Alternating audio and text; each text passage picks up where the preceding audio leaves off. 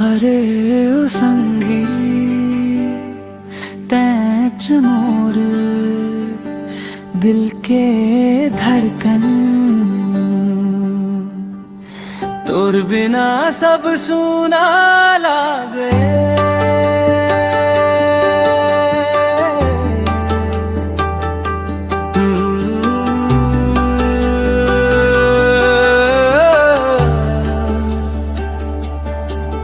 जब ले तोला देखे हम संगी मोर दुनिया बदल गे।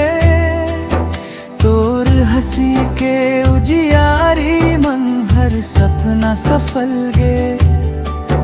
तोर नैना के गहराई मन मोर मन हर खो गे। तोर मीठा मीठा बात मन माया के फूल बोगे। तोर नाल बिहान होवे तोर नावले रात, तोर संग रही बो संगी यही मोर बात। दिल के धड़कन ते हंस संगी तोर बिना अधूरी मोर जिंदगी।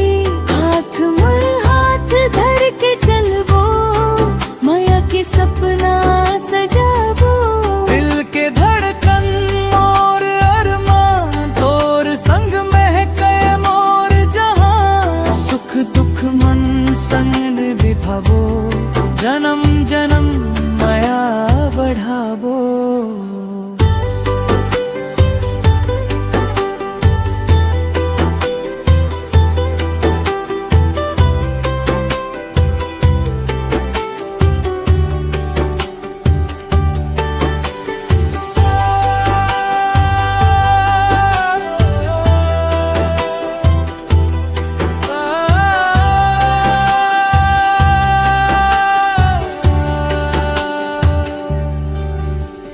नदिया के मीठा लहर मन तोर सुरतावे।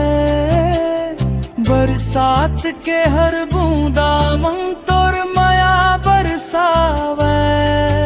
चंदा घलो मुस्कावत देखथे तोर संग जब रही थो। हर जन्म तोर संग बसे ही चाहत हो। तोर खुशी मोर खुशी तोर गम मोर साथ।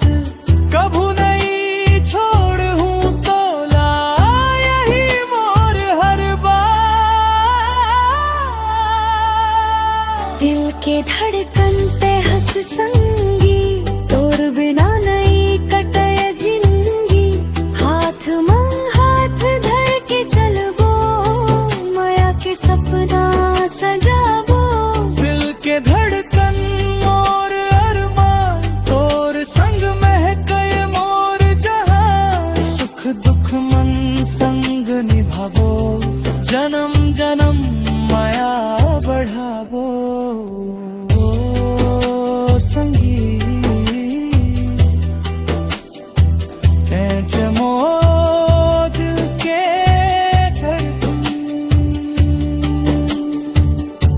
हमेशा मोर दिल में बस के रही बे।